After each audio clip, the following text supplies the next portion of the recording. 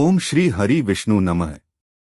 वासांसि जीर्णानि यथा विहाय नवानि गृह्णाति नरोप्राणि तथा शरीराणि विहाय जीर्णा न्यन्यानि संयाति नवानि देहि।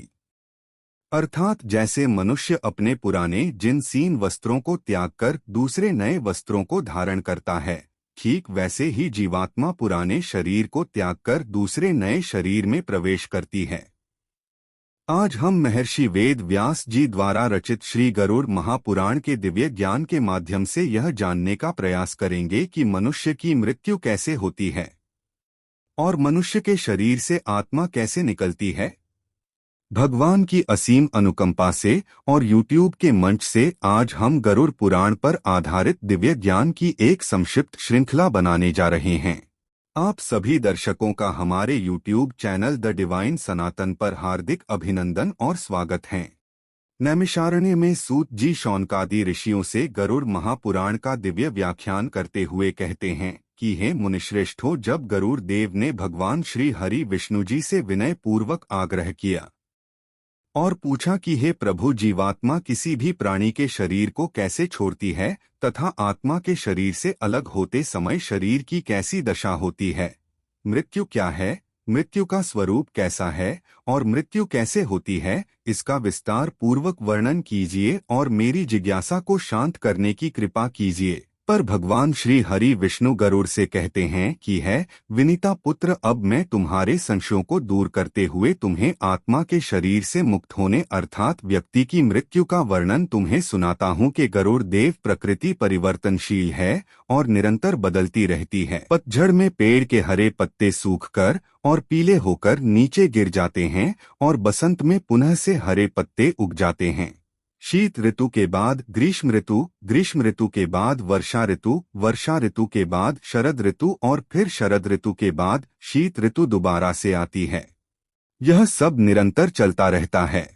इसी प्रकार मनुष्य भी पहले शिशु, फिर बालक और फिर युवा और अंत में वृद्ध हो जाता है। जो प्राणी इस संसार में उत्पन्न होगा उसका इस संसार को छोड़कर जाना भी निश्चित है। अतः समयानुसार यह क्रम चलता रहता है।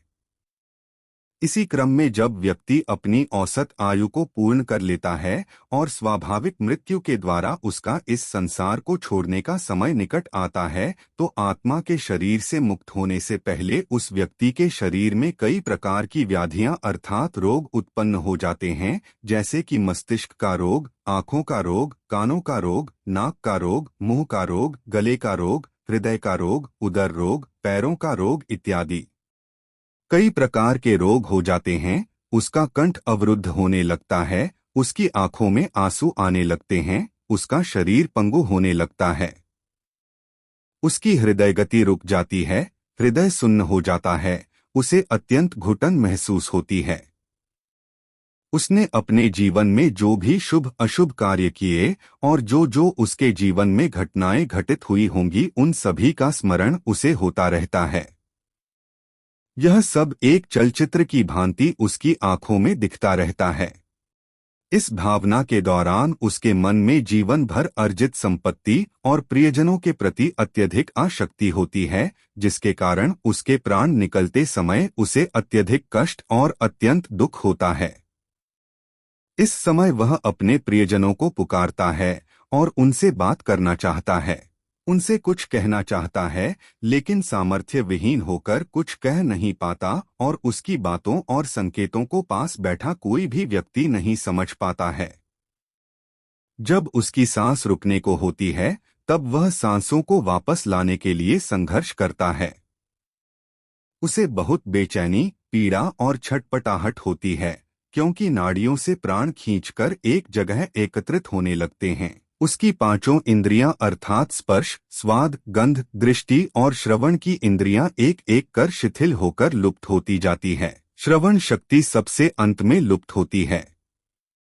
जब प्राण निकलने का समय बिल्कुल पास आ जाता है तो एक प्रकार की मूर्छा आ जाती है। एक बिच्छू के काटने से जितना दर्द होता है उसके कई गुना बिच्छुओं के काटने का दर्द उसे महसूस होता है। तब उसके प्राण निकालने के लिए यम के 2 दूत आते हैं और उसके अचेतन शरीर से उसके प्राणों को बाहर खींच लेते हैं। यह प्राण ही आत्मा है। व्यक्ति के शरीर में 9 द्वार अर्थात 2 आँखें, दो कान, दो नथुने, एक मुंह और दो मल मूत्र त्यागने के द्वार होते हैं, जबकि एक ब्रह्म रंग होता है जो सिर के मध्य भाग में होता है। यह 10वें द्वार के रूप में जाना जाता है। जब व्यक्ति की मृत्यु होती है तो यम के दूत आत्मा को इन्हीं द्वारों से शरीर से बाहर खींचते हैं। यह सब मनुष्य के कर्मों पर निर्भर करता है कि उसकी आत्मा किस द्वार से शरीर छोड़कर बाहर निकले।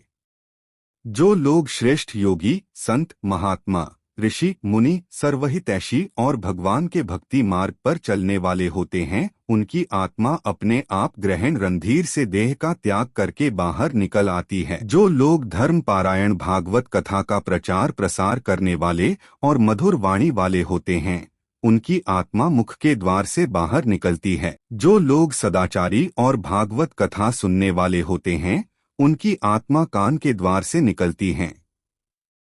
जो लोग सत्यकर्मी और दूरदृष्टि वाले होते हैं, उनकी आत्मा आँख के द्वार से निकलती हैं। जो लोग अच्छी विचारधारा और सहयोगी स्वभाव वाले होते हैं, उनकी आत्मा नाक के द्वार से निकलती हैं। और जो लोग अत्यंत पापी, क्रूर, गंदी विचारधारा वाले, अत्यधिक झूठ बोलने वाले और दूसरों का अनिष्ट करने वाले होते हैं, उनकी आत्मा को यम के दूत मल मूत्र त्यागने वाले द्वार से बाहर खींचते हैं। जब आत्मा मुख के द्वार से निकलती है तो मुंह से झाग या फिर निकलता है। जब आत्मा आँख के द्वार से निकलती है तो आंखें उभर कर बाहर निकल आती है। जब आत्मा कान के द्वार से निकलती है तो कान से मवाद या मैल निकलता है। जब आत्मा नाक के द्वार से निकलती है तो नाक से गंदा पानी निकलता है। तो यह थी गरुड़ पुराण के बारे में एक छोटी सी जानकारी। हम आशा करते हैं कि आपको यह जानकारी अच्छी लगी होगी। अगर अच्छी लगी हो तो हमारी वीडियो को लाइक करें, चैनल को सब्सक्राइब करके नोटिफिकेशन को ऑल पर करने का कष्ट कीजिएगा, जिससे कि आपको हमारी वीडियो समय से मिलती रहे। फिर से आपका बहुत बहुत धन्यवाद। जय श्री कृष्णा।